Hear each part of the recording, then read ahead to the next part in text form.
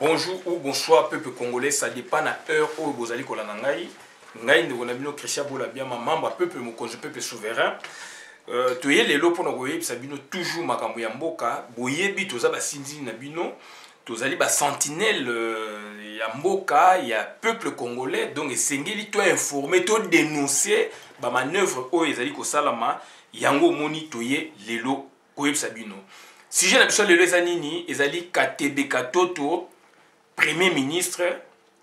contre le cardinal et l'administrateur Mosengo Passigna. Donc, sujet, ezali kafu kafu, et tu parler de Félix, tu parler de Moïse, tu parler aussi de Jama Kaboun. Donc, groupe wana bazali batu ya tuti power. Tu expliquer bino yango, tu ko senga na ba fanatique. Congo, tozali lelo na dimension spirituelle, tozali likolo. Tozali senga avertissement ba fanatique. Il faut bokeba makam tozali koloba, ezali sérieux, ezali makam mboka, nga naza fanatique mutu moko te, nazali sima ya mutu moko te, liboso na nga mutu azali te. Likolo na ngai eza nzambe na se ezali ngai peuple et peuple mokonzi. Donc na ekoloba makambu ezali sérieux et blague à part totika ki fanatisme. O eza ma fanatisme te. Ça c'est de 1. Soko ozali borné politique, ozali robot politique.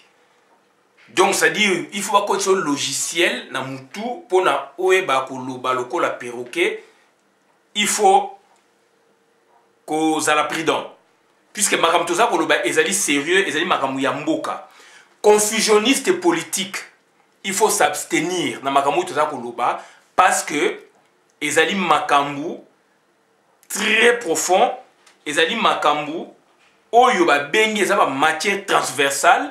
ezo senga ba méthode spécialisée. Bandeko na ngai tozo senga na bino bolanda biso na bokebi penza. Bolanda biso na amour, puisque toza ko yebisa bino makambu esengeli makambu ya mboka avec amour, avec bonté, et bandeko na ngai toza ko senga il faut bozala attentif ensemble. Bolanda biso ndenge tozali ko yebisa bino pourquoi to lobi sujet oyo Katebe Katoto Premier ministre contre le cardinal et l'administrateur Mosengo Passigna Laurent. Pourquoi? Parce que bakomi na suka. Pourquoi? Parce que balingi ba sauver régime na bango. Pourquoi? Parce que Katebe Katoto fait partie ya Tuti Power. Pourquoi? Parce que Moïse Katumbi fait partie ya Tuti Power. Pourquoi? Parce que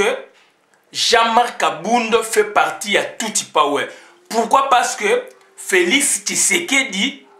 il a été induit en erreur na ba Tuti Power. Bandeko na ngai makambo tozali koloba ezali sérieux, makambo tozali koloba ezali makambo ya mboka, et bozo komona ngo lokola aventure ba Rwandais bakanga mboka ndenge wana. Et lelo yo but na bango il faut Bruno Tshibala il faut kende, et Bruno Tshibala a été piégé tokolakisa bino. Donc bandeko na ngai makambo ebelemi Tuti Power et zu ba disposition na bango et zu makambu na bango en main pour na ba sauvegarder régime na bango. Bandeko na ngai tozali koloba makambu tozalaka na batu na Congo kuna, puisque tozali ba congolais. Toyebisaka bino dossier Mubake ezali na table ye mutu ba ponaki premier ministre bochaki tembe. Une année après bango moko ba lobby.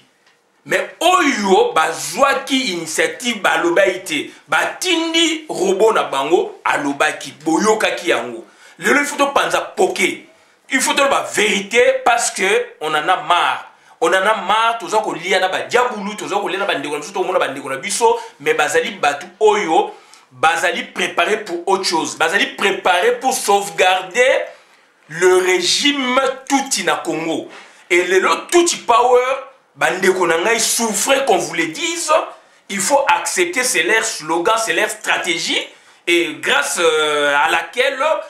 gagnant monopole na Congo parce que tu allais qui dit bah puisque nous on a manqué de stratégie, puisque biso to manqué de stratégie, puisque bateau kamaki mboka kenda ki pe na nzela tuti power bateau kamaki mboka tuti power leka ki bango na mayele tuti power tant to koloba yango tozo kumisa yango te mais ezali institution na bango yango tozo koloba comparativement na institution na bango mususu il y avait Hutu power tuti power et ko yado copier sur Hutu power donc bandeko na ngai ezali sérieux aujourd'hui tuti power ezali lisusu kaka ozala kaka tuti te pour preuve Kamere état rwandais burundais mais il n'est pas tuti, il est Hutu modéré donc il est maintenant ça fait 20 ans azana katia tuti power puisque Hutu power kufaki président INC na bino INC za parti uta libanda donc bandeko na ngai tozali ko yesa bino makambu sérieusement donc ça dit tuti power aujourd'hui regroupe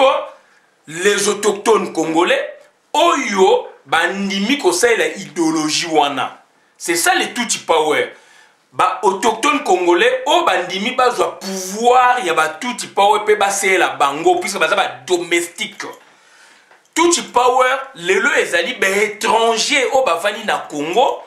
bango pe pona survivre seleli rwandais baseleli tuti power do baseleli dongo institution ndimi bazwa bokonzi puisque bazali étranger ndimi basela tuti power puisque bazali étranger donc tuti power lelo ezali susu kaka tuti kaka ya santé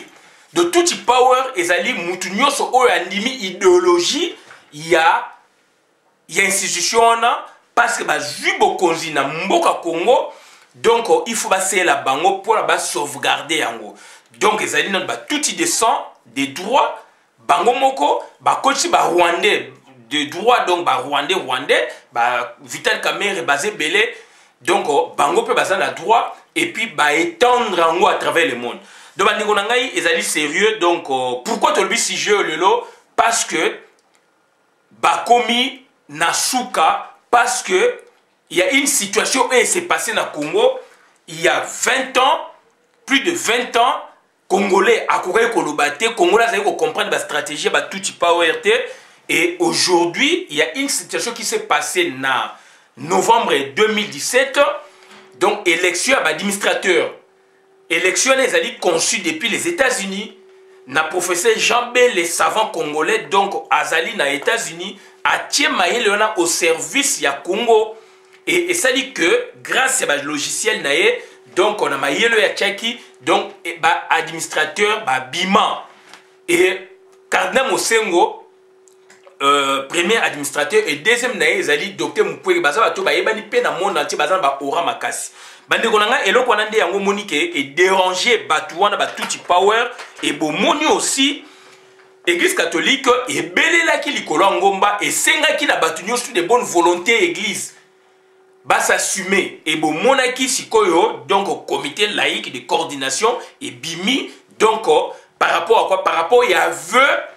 il y a archevêché n'est-ce pas il y a ville à Kinshasa comme organiser la marche voilà leur colère na bango ezali place wana parce que Cardinal Mosengo a bimi élection salami et échappé na contrôle et sécurité na renseignement donc il y a tuti power donc lelo na Congo donc na régime ezali en place et lelo ezali colère ya Hippolyte Kanambe et raison pour laquelle Hippolyte Kanambe donc azali wana donc azali na kanda makasi et pourquoi makambu oyo komi boye parce que il faut akende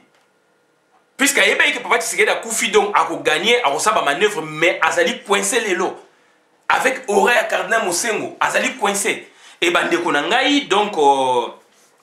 tuti power na extension nango na sens propre noble et puis na extension nango donc ezali contre ba congolais et yango wana omoni lelo makambu e komi boye yango to sino Katembe Katoto a cause la premier ministre d'ici là Bruno Tshibala akolongwa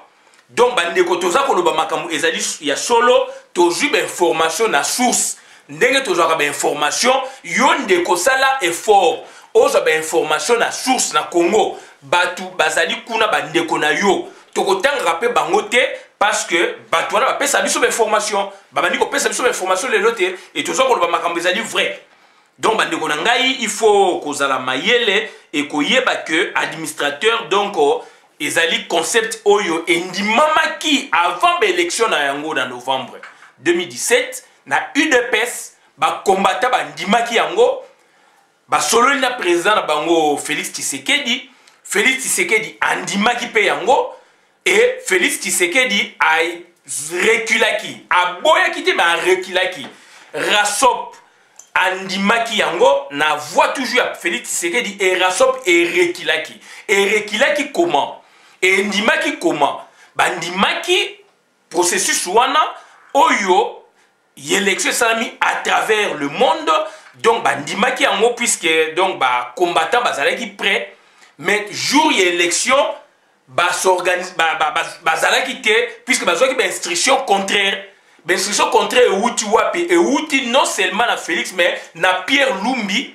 et outi non seulement na Pierre Lumbi et outi na Moïse Katumbi. Donc bandeko na ngai voilà situation otozoyi sabino na niveau IDPS ba combattant ba monaki ba ndimita ba yoki biloko wana biso pe ba oyo toyokaki yango me malamu te na yo comprendre le processus après que l'élection c'est salami mais bango du moins ba yokaki ba zalaki prêt mais après ba yoko za instruction mususu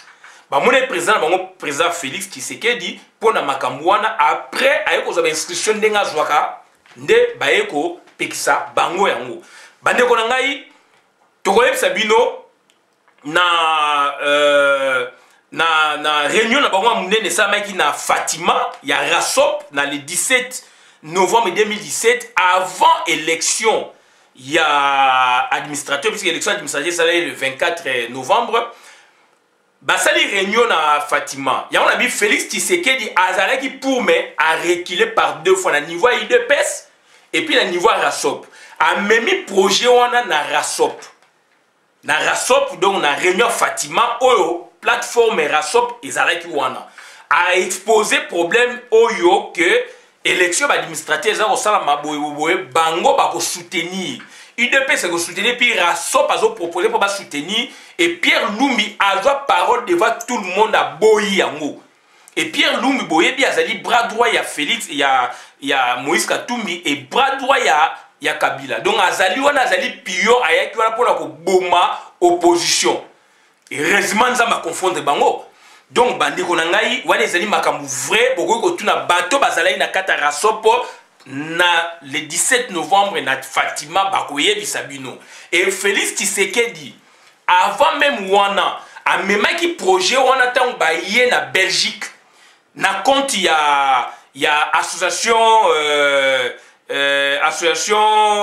oyo ezalaki esili ou bien ekoki biloko mwa ndenge wana. Donc association na oyo ezalaki animé na bandeko ebele boyebi basalaki ba réunion na bango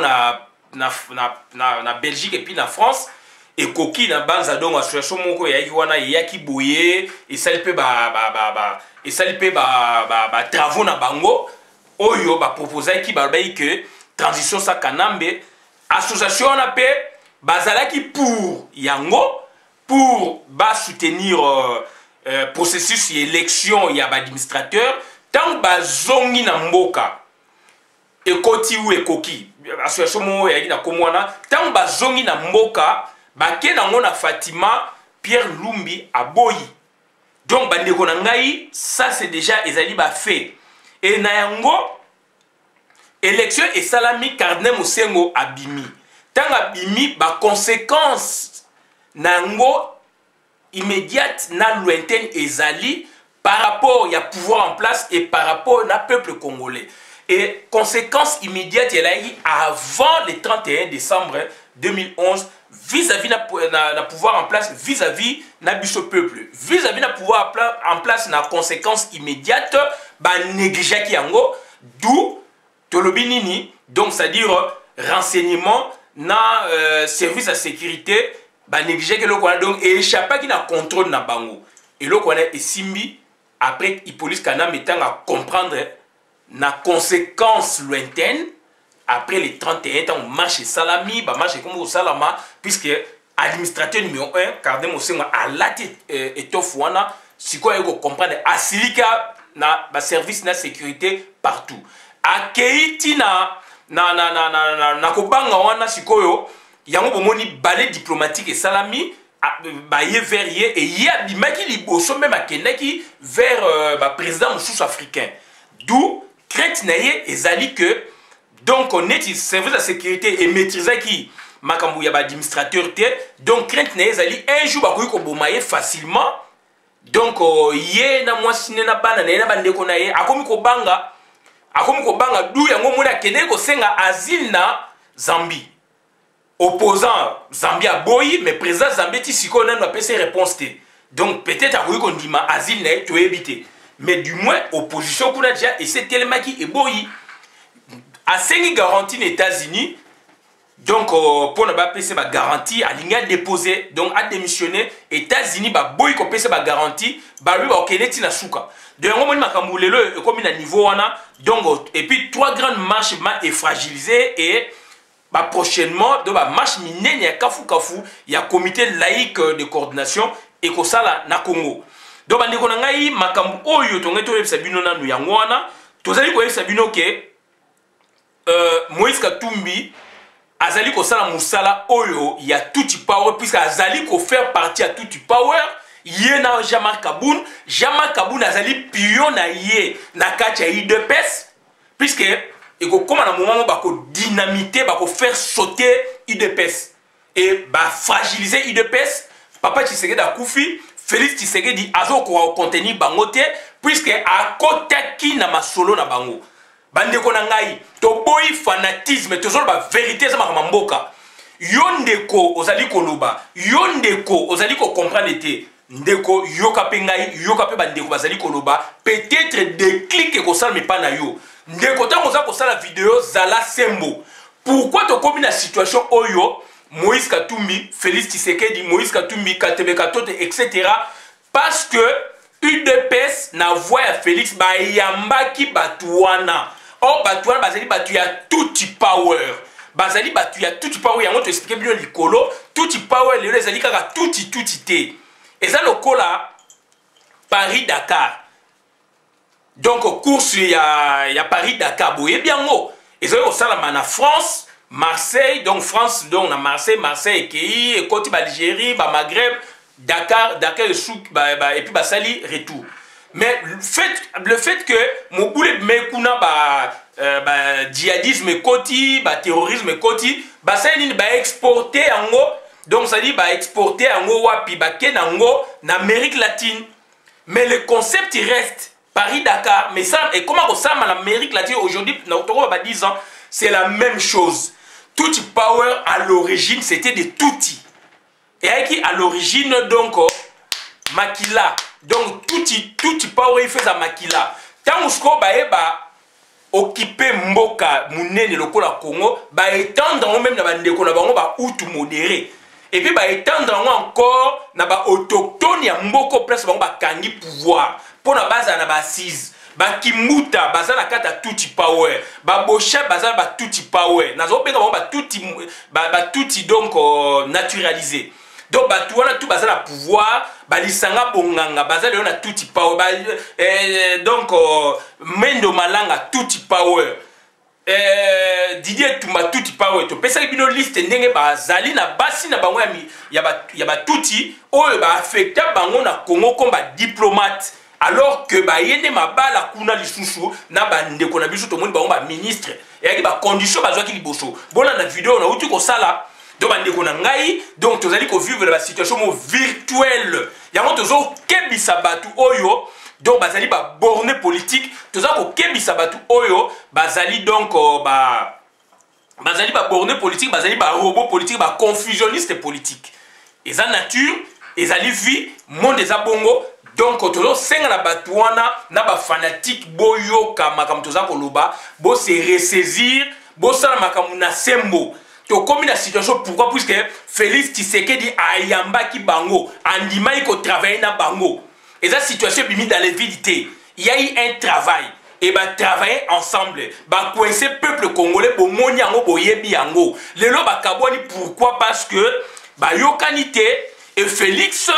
bandeko na ngai azalaki sollicité biso pepe mokonzi tolobaki yango Félix azalaki sollicité mpona primature asololaki na bata gouvernement basollicitaki ye donc mpona azwa primature bandeko pe ya ngambu oyo bazali kota Félix bandeko congolais do toloba bosali bavideo tomoni bino bondimi yango ke basollicitaki ye mais où est le problème? Donc voilà où est le problème, c'est un acteur congolais, du moins basollicitaki ye biso to dénoncer. Notre travail c'est dénoncer. Mais le lot bokoloba oh esengeli boloba pourquoi? Et bondimi yango ke basollicitaki ye. Ezaka toujours bongo bobo ya bondimi yango bino moko. Mais pourquoi créer un débat là-dessus? Donc nous on a fait que dénoncer. Et to dénoncer. Net le peut ça ko dénoncer. Manœuvre au Moïse Katumbi a sali puisque ba fragiliser UDPS, ba dynamiter UDPS de l'intérieur et ba ko dynamiter même de l'extérieur et comme on en a visiblement Jama Kabunde azali muta tuti power azali mutuya Moïse Katumbi bande comme so baloba yango lelo biso tozali ko confirmer bino yango donc au moment où porter UDPS et ko panzana jamais Kabunde a cause périphérie. Et c'est lui le vrai patron juridiquement, il y a UDPS. Erreur au Bachaki Papa Tshisekedi. Donc on a Nani, Boyebi Batu Basali Bilokwana. Donc bande konangai, le temps de ça qu'on va makambu, plan ya tout power et belemi. Puisque Zali donc dernière carte, puisque Bazali coincé, puisque Bandima quitté,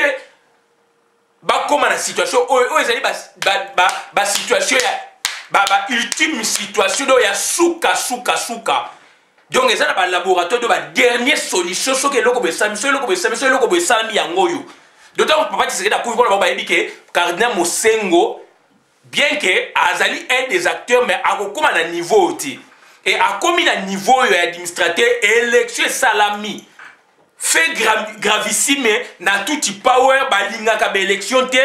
Et Nzamba pamboli yango et échappé na contrôle na bango. Le lokanambe akangisa mingi batu ya sécurité na renseignement. Par rapport à l'élection et administrateur. Mayele outi na États-Unis na ndeko na yo. Ndeko na ngai congolais ndeko na yo mutasala yango professeur Jean Bele na États-Unis savant congolais. Bien qu'alinga ba bengi savanté.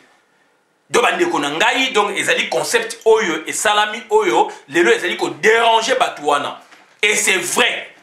donc tout ça ko loba makambo ezali vrai katebeka toto lelo donc lobi a comme premier ministre donc plan na bango ba kotelaki IDPS na se a makolo ba panzi Félix Tshisekedi na Valentin Mubake ba panzi Félix Tshisekedi na Songolo Pakala. Donc le loyoscope Félix Tshisekedi bakabwani na Moïse Katumbi atikali isolé et atikali isolé aza sous na force te bandeko na ngai UDPS c'est commis en lambeau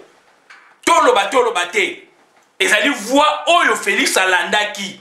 ndeko na ngai zala conscient tango zali koloba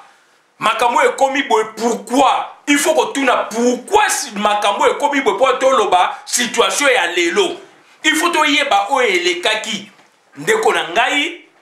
tozali mutu moko situation oyo lelo ju Félix oyo lelo ju ba congolais ezali ya biso UDPS normalement ekoki ko kota na contact na batu wana te et kota na contact na batu wana pourquoi boyebi yango et lelo yango tozali na merde na lobaka yango UDPS e biso na merde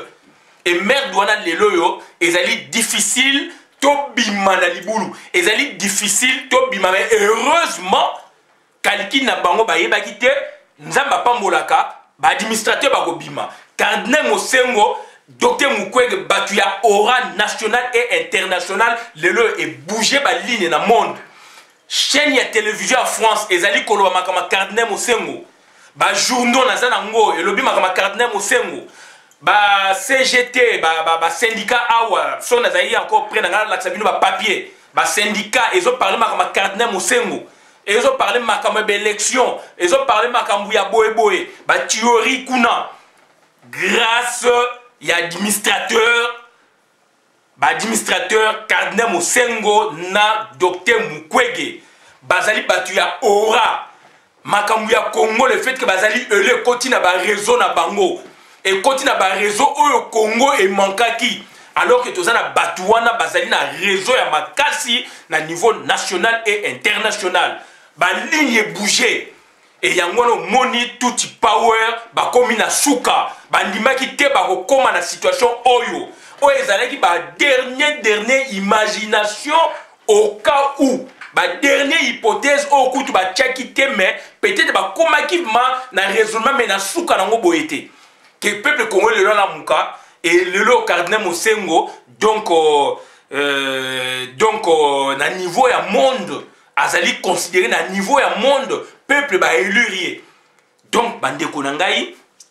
situation tozana ngo ya ngwana donc tozali na vrai problème na bandeko na biso ba comportement bozali ko s'engager na batu na politique il faut boyeba makama politique ezali ya famille te makama politique ezali ya mboka batu nyonso bozwa yango avec sérieux puisque batu bazali ko kufa mboka ezali ko pola mboka ezali ko beba et mboka est reculé bandeko na ngai ta mozali ko zwa mbongo na ezali ya makila mbongo na ko ganga batu bazo ko kufa ba ko ganga lelo voici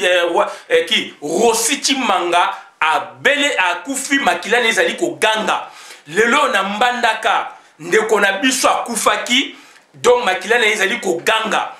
leki na biso babamba ke grenade libele na ye eziki azali même mwana 13 ans ya mwasi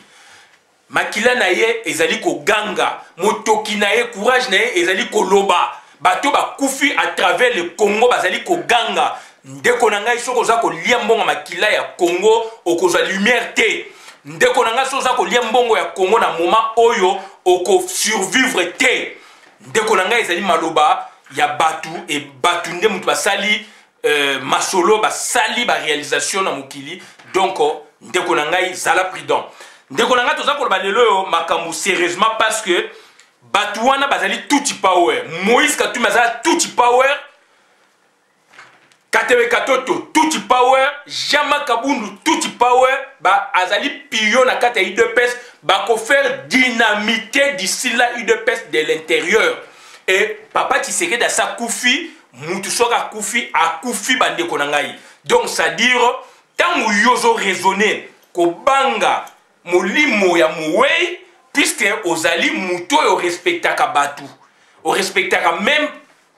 message ou maloba mutatikaki et ça batu mususu ba s'en foutaka nango puisque ba biki mutasa kufi a kufi bande konangai tozali na ba logique mon côté Moïse Katumbi fait partie de tout power azali ko défendre nani donc tout power ba déclaration na eboye biango le loi ken Afrique du Sud ye mutu abetaki tolo na rasop ye mutu acheki mbongo na rasop acheki mbongo na Genval le loi aboyi yango pona asala parti politique plateforme sans parti politique plateforme sans parti politique Hippolyte Kanambe a sa plateforme sans parti politique logique nini ba meme biso na mboka Emmanuel Macron azali wana asali na parti politique na ye aye ko s'adhérer na baninga ba créer plateforme donc bango bazo créer baza na parti politique te soit disant que plateforme ezali pour le peuple bango bazali pour le peuple ezalaka bongote il faut avoir un parti politique, puisqu'à partir de parti politique, vous avez un projet de société, à partir de politique, vous avez un projet de gouvernement, à partir de parti politique, vous avez un militantisme idéologique, ou vous avez un code sango batunamitu. Donc, à partir de parti politique, vous êtes soudés, vous êtes sûr de vous, de vos opinions. D'autant que qu'est-ce qu'on a plateforme,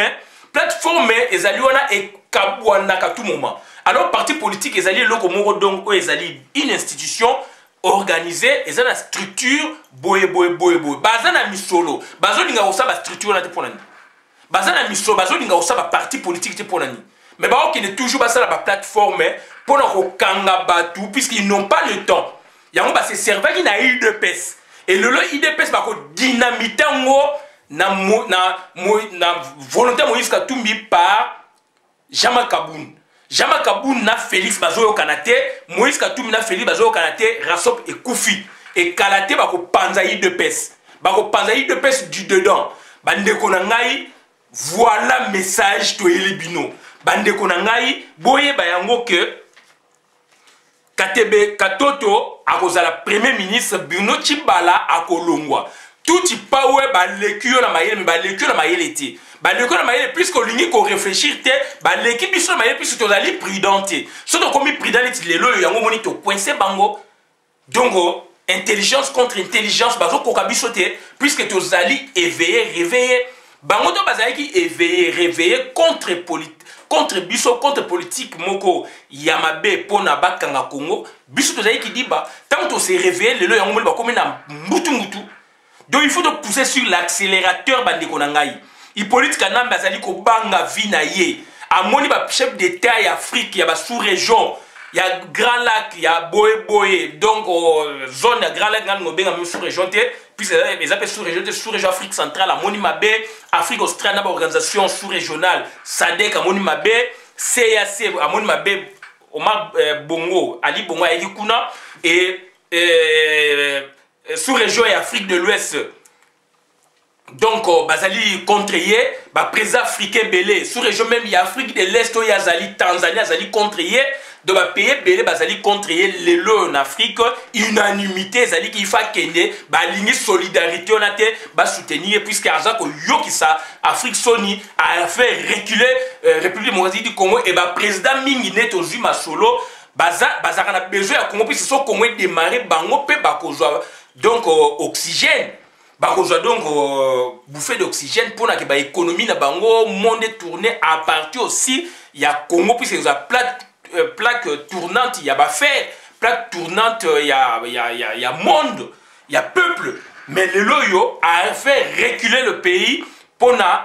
l'égoïsme, pour l'égocentrisme, pour la mission batindaye. Donc, il président Mingi, boye. Il y a une organisation sous-régionale, il y a Afrique centrale, Afrique australe, donc SADC, c'est la communauté de l'Afrique centrale, Boye, SADC Boye, les Comores, donc Boye, donc Afrique de l'Ouest, il y a rappelle Afrique de l'Est, Boye, Maghreb, Ndibou, donc ça dit Makamou et Belemi, donc Azali coincé, raison pour laquelle à se rabattre dans l'opposition. À se rabattre donc dernier carte n'est jusqu'à opposition puisqu'à Meki appui extérieur et simité. Bien que quelques pays basali un peu pourrier mais et simité. Il y a un moni balai diplomatique et ça mise au continent au Salama président donc secrétaire général il y a Nations Unies Akoya Kakuna président commission il y a Union africaine Bakoya Kakuna balobele atika a démissionné azali prêt à démissionner mais azako banga. Donc, garantie à 5 même les États-Unis garantie les États-Unis. Donc, dernière carte n'est pas assez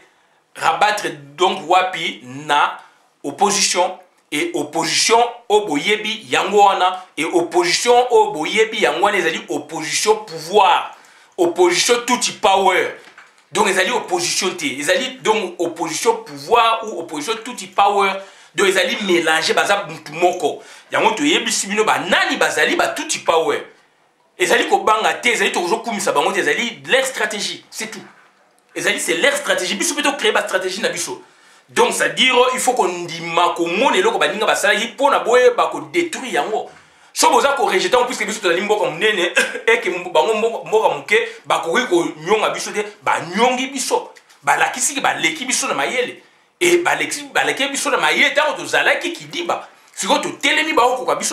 c'est ça la logique. Donc il y a une stratégie pesali donc à se rabattre donc dans l'opposition il y a un monde qui Félix qui fait que dit bien que batné balobi o senge baloba mais bandimi bango mona ba déclaration na bango ke ba solliciter qui est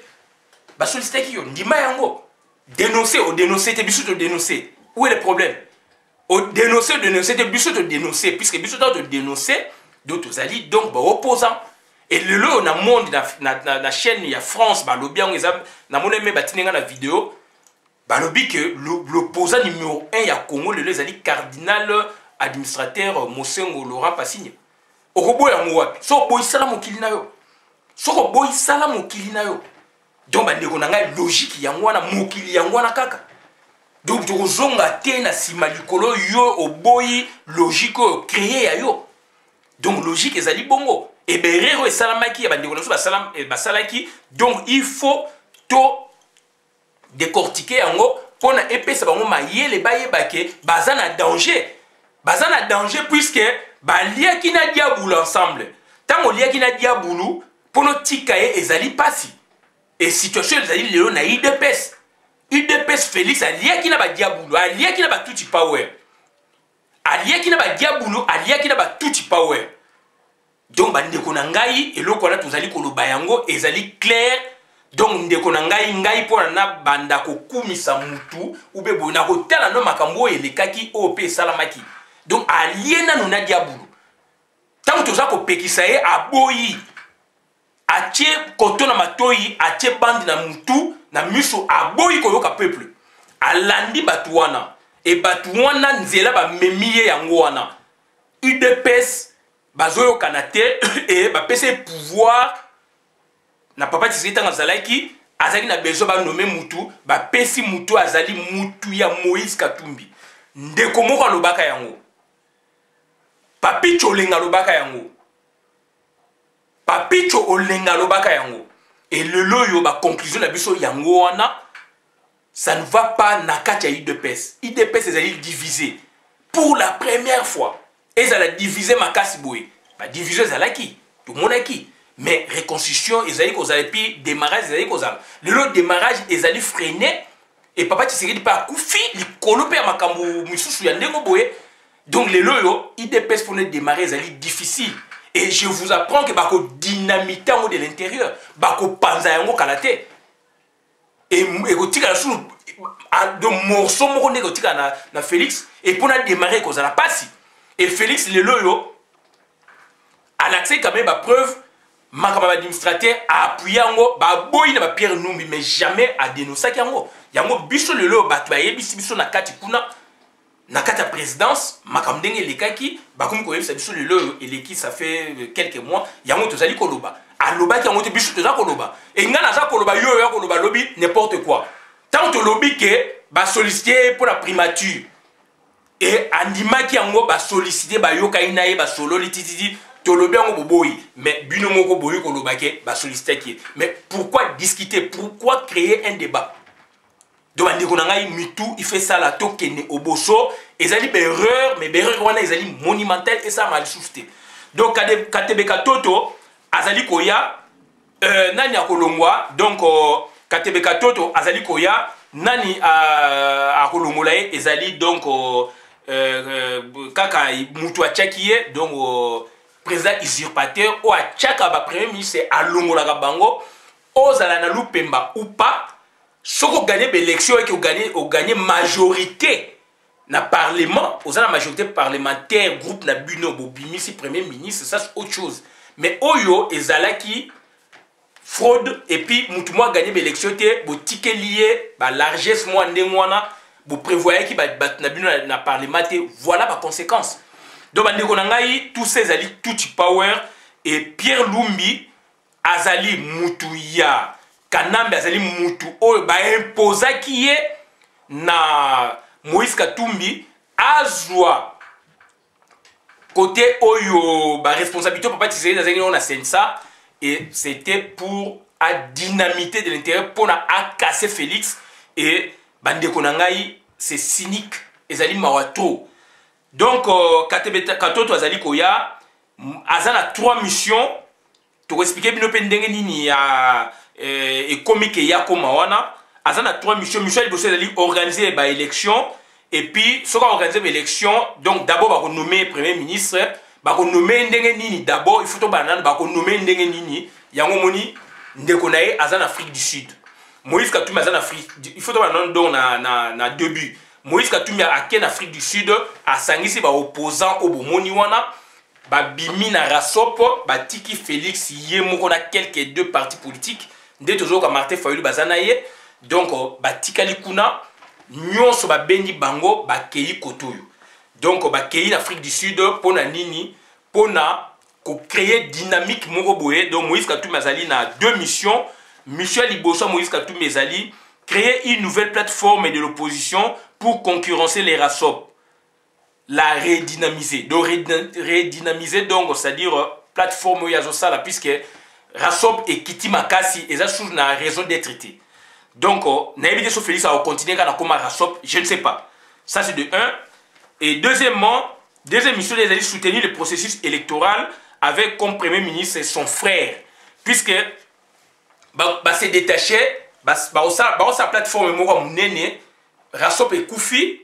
et qu'on a public, donc le lobby, sa position, Yek Moïse Katoumi a bima président, il y a plateforme wana, donc baza sur na rasopté, déclaration solennelle qu'on a d'ici là, puisque baza en conclave na bango, a bima président, il y a plateforme wana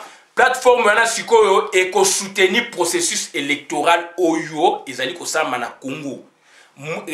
Caméréon azali na kati. Erreur aussi, c'est ça, et ça m'a dit Félix Tshisekedi. À côté Caméré, toye bisaye te. Ndeko na ngai wana yali erreur te, ezali donc ezali mutazangi mayele te, ezali volonté politique. Alingaki ayebaki makamazo sala, mais aujourd'hui il en est surpris. Azali na pouvoir Caméré, azali ba ministre kuna, azali ba PDG kuna, bobengi opposant à Zongi. Na mission yako fragiliser encore Félix, ko contrôler encore Félix. Passe na o, passe na ngai, lelo passe na yo, ya ngai, et zongi, passe et zongi na Félix. Bango ba benani. Donc, bako bima kalate, bako sa ba déclaration, yango wana, donc,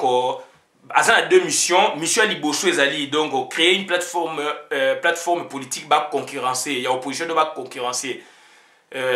Donc, Rasop, puisque ba bimi bango tout na Rasop, et puis ba donc, va concurrencer, va redynamiser yango. Et puis, en plus, deuxième mission, ils allaient nini, va opter pour le processus. Il y a élection, d'où maintenant Kanambe a nommé Katebe Katoto. A nommé Katebe Katoto premier ministre. Et Katebe Katoto a trois missions. A deux missions. Katebe Katoto a trois missions. Mission Liboso Ezali, puisqu'il y a à se rabattre, donc dernière carte n'est pas donc opposition, donc mission n'a pas bossé, donc organiser les élections. Tant qu'on organise les élections, on a mission à Liboso. Avant même tout comme on a mission à Liboso, ils ont nous kozong isande kunaye. À cause de mikano pour nous kozong ça, Moïse Katumbi a zong à la Congo. Puisque ba yokani bazali ensemble, Moïse Katumbi na kanambe, ils allaient ma politique. Moïse Katumbi na melaka. Petit na ekanami mbongo na ba transaction ba minéraux ndenge ba masolo ezali ko bimaka. Donc amelaki mbongo yango esala kanda wana, donc ba yokani ba zakana bango ensemble mais skov ma donc kali yaki makasi mais ba apaiser yango, donc ba atténuer yango donc yango wana donc Katebe Katoto comme premier ministre a remplacé Bruno Tshibala, Michel Liboso ezali nanu a kozami beko mikano pona ko bimisa ba ko jongsa non ndeko na ye. Donc, dans le cadre de décrispation politique, il y a quelques prisonniers politiques et puis, deuxième mission, organiser les élections. Troisième mission, Ezali, faire passer son frère président de la République. Puisque Hippolyte Kanambe, donc, a causé prononcaka, d'ici juin, juillet, a candidaté et a garantie. Donc, à ça, je vais garantir que solo liwana. Donc, ce qui élection sami Moïse ka tout miné mutu a passé à candidat aux élections présidentielles et puis a passé président de la République. Tricherie ko salama ba refaire passer. D'où yesi koyo a protéger Hippolyte Kanambe sénateur bo nenga loba loba France 24 na ba TV Monde. Et puis raison pour laquelle divorce ça mié na Félix puisque bataille IDPS ba coincé Félix alandaki bango na projet wana mais ba coincé ba bi IDPS quand même parti ya munene il faut élection c'est ça il faut ba tchaliba et papa il faut Félix tchaliba candidat bango ça Félix d'où Félix azali entre le marteau et l'enclume il sait pas se décider yango moni siko congrès ngai ko sala ma congrès et kangami puisque tangu skoyo ba parlementaire ba télémine loko wana Jama Kaboun et PC Kanda a boyi a Kangi Masolo puisque c'est lui le patron juridiquement et puis a Bengani ba parlementaire ba membre IDPS ba kendaka na siège o ba tika ya sika o ba zik ba tumbaka yango puisque kuna zane équipe na moko restreinte donc soko meki ko sala mobulu a bengelo bambila donc bande ko ngai voilà l'histoire ezali puisque ba yokanité Félix ne s'est pas décidé, c'est le peuple, c'est la base qui a pris le devant, t'as ba comprendre masolo que ba rouler ba la farine et que ba tche Félix Naray ba biso yoza candidat na biso. Papa Zali te yoko za la candidat na biso.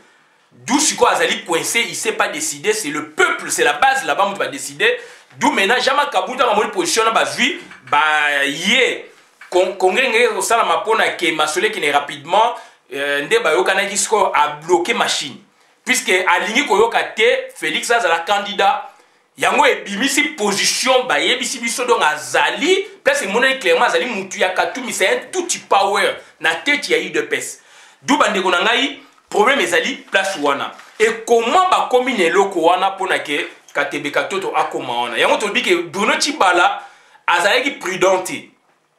politique il faut être prudent et nous regrettons beaucoup Batu oyo bazali ba membre ya UDPS ba travailler na papa Tshisekedi bazo laksa toujours ba faiblesse na bango ba point faible na bango devant le pouvoir en place et devant le système ou le régime y a pouvoir en place. C'est comme si donc ils n'ont pas pu bien saisir ou ils n'ont pas pu bien saisir la matière politique. Alors bazali auprès d'un grand. Donc, Bruno Tshibala Selberé Rwanda, Félix Selberé Rwanda, c'est comme si bazo mona makamouté à politique venir. Donc, Bruno Tshibala ba piège qui est, puisque Bruno Tshibala boye bayango incident oye bimikuna, nous vous apprenons et outi na source encore la présidence. Bruno Tshibala incident bimaki wana, eza contrairement ndenge ba bimise biso na ba vidéo na ba etandeke.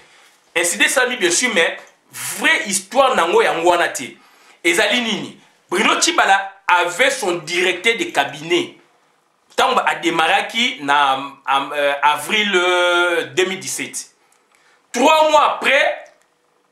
pouvoir en place tout power, bakatebe, bakatumbi, na cessé, ndenge basali UDPS, ndenge basali primature, imposé, puisque baza mutumo, ebike, eza garde-fou. Babi, directeur na yo il faut longwa puisqu'il avait son vrai directeur hier Amdima qui équipe na ye contrairement na oba bimisi binom de ba loba na ça c'est la vraie histoire aïe la directeur oya pona qui Andima qui anomaki op Kabila Ndima qui premièrement tout power né na expliquer bino likolo ba Katebe ba Moïse ba Pierre Lumbi ba ngomo pe ba touti ba outu ba caméra ba avandi na laboratoire ba étudier ba ye qu'on imposait Bruno Tshibala, directeur à cabinet Oyo a sali désordre. Il avait sa mission et il était dicté de l'extérieur, donc la présidence, la tout power à travers la République et le monde, Moïse, Katebe, etc. Donc il avait leur mission. Le fait que maintenant, Magama administrateur est coincé puisque il a pio na kati, ndetozolo pio siko na kati a parti de PES, parti de Tobengaki. Patrimoine national, c'est Jama Kaboun. Si vous avez une machine à bango, comme la dernière carte, il faut dynamiter de l'intérieur primature. Et profiter qu'en absence, il y a Bruno Tshibala dans le voyage, paf, Massolé Salami, c'est lui qui a déclenché, a coincé fonctionnement, a créé dysfonctionnement dans le cadre de l'administration, donc secrétaire général il y a primature d'où est pété yem ta créé yango puisque azali mutu ya tout power asali yango sciemment pour créer incident pour salir Bruno Tshibala nazali muta Bruno Tshibala te tolep sabino information vraiment vérifiée. Bruno Tshibala avait son directeur d'avril jusque na juillet ba longo lié ba imposer oyo auto créer incident. Il a créé dysfonctionnement puisque ezali momé sengeli momo porté faut dynamiter salir cabinet d'où sikoyo ezali justification o sengeli pour na balongola Bruno Tshibala yango wana donc mutako ya Katebe Katoto bango ba créer ki masolo na bango ezali di politique kanami ba bomi moze. C'est la même chose n'est la primature. C'est la même chose n'est Jama Kaboun à dynamiter UDPS. déjà abengani ba combattant na secrétariat général omonango wapi biso to la ina UDPS docteur Pongo tozali ko lobele esengeli na tango to ina permanence toujours papa ki basa Bruno tozali ko lobele esengeli ba boyebo toujours ba mo esengeli comment expliquer hier a komi ko boya il devient un tyran aboyi donc ezali makambo toujours bisa bino vrai yango wana donc bandeko na ngai voilà masolo tozali ka koyebisa bino donc ezali mawa mingi puisque politique ndenge ezali wana bandeko na ngai il faut kozala prudent il faut koyeba pratique ya politique théorique na pratique ezali et puis bandeko na ngai conclave oyo Moïse Katumbi ake kosala donc ezali conclave oyo akei kovandisa masolo pona ko soutenir processus électoral et après Bruno Tshibala donc Katebeka Toto bako nommé d'ici là et pour preuve Katebeka Toto ayaki na kine le 10 janvier 2018 amataki avion Air France azalaki na batu wana pe ba yebisi biso. Donc, c'est-à-dire, le 10 janvier 2018, ayaki na Air France na Congo, et tikali kolobamati. Yango tu yebisi bino, tozali informé. Donc, ayaki ko négocier primature, ba beng sakiye. Na ba stratégie o ba mettre en place pour makamuna bango et salama. Donc, bandeko na ngai, tozali ko yesa bino masolo vrai, masolo oyo toyo kiamu na source. Hippolyte Kanambe donc azali coincé partout, ba président africain ba lingiye sous-souté, il faut kende et a préparé qui tout power ezali kaka ndenge tolobi ya makilate le ezali étendu, ezali une extension na onde to expliquer bino likolo pour preuve bino boyebi bosali rasop, boche président ya rasop mais Olivier Kamita to ayebi bino yazali porte-parole ya Moïse Katumbi. Déjà à fragiliser le président Rassop. Le président Rassop a été vis-à-vis de Moïse Katumbi. Moïse Katumbi a cessé d'imposer Pierre Lumi na place wana oya papa Tshisekedi ba kabola ba panzi institution ba panzi Rassop papa Tshisekedi tikaki yango mobimba. Lelo bandeko bakenda kotokuna. Bandeko na ngai, s'il faut les condamner, mais il faut aussi juste bosa analyse à malam. Lelo yango eza komona clairement, ba dynamiter, ba faire sauter Rassop, papa Tshisekedi tika kiango, ba kabola ngo biteni pour ba satisfaire ba sa masona bango et Félix ne pouvait pas dire mot parce que azana bango andimaki bango. Peuple et le bélier bayoka été yango peuple balukele bango tche bango mu Congo Cardinal Mosengo abimi lisusu Pierre Lumbi alingi Cardinal Mosengo te boyebi Pierre Lumbi azali mutu ya service à renseignement ya sécurité à Kabila bazali na colère ndenge élection ndenge lekaki bango ba maîtriser yango te et Félix Tshisekedi azalaki président Rassop mais donc azalaki vide azalaki na pouvoir mon côté azali ko dépendre na batuana akeko ba makama administrateur ba boyi asala boye ba boyi atikala jamais ko dénoncer yango bandeko na ngai o tozali ya koloba yango wana tosuki awa to sengi na bino nyos tu ingeta victoire eza côté na biso et kotikala ya biso tozali bana ya somi bana ya Congo tozala ensemble tozala uni victoire ezali pene victoire ezali yo contribution na yo yangai yaye Katebeka Toto bako nommé d'ici là bako nommé parce que ezali makambusi ezali préparé UDPS a dynamité de l'intérieur kalate Jama Kabunda zali tout power ndenge na expliquer bino likolo Pierre Lumbi azali tout power ndenge na expliquer bino likolo directeur ya cabinet ya primature azali tout power ba piéjaki di Bruno Tshibala. Bruno Tshibala azali na directeur na ebo vérifier bokomona. Donc d'ici là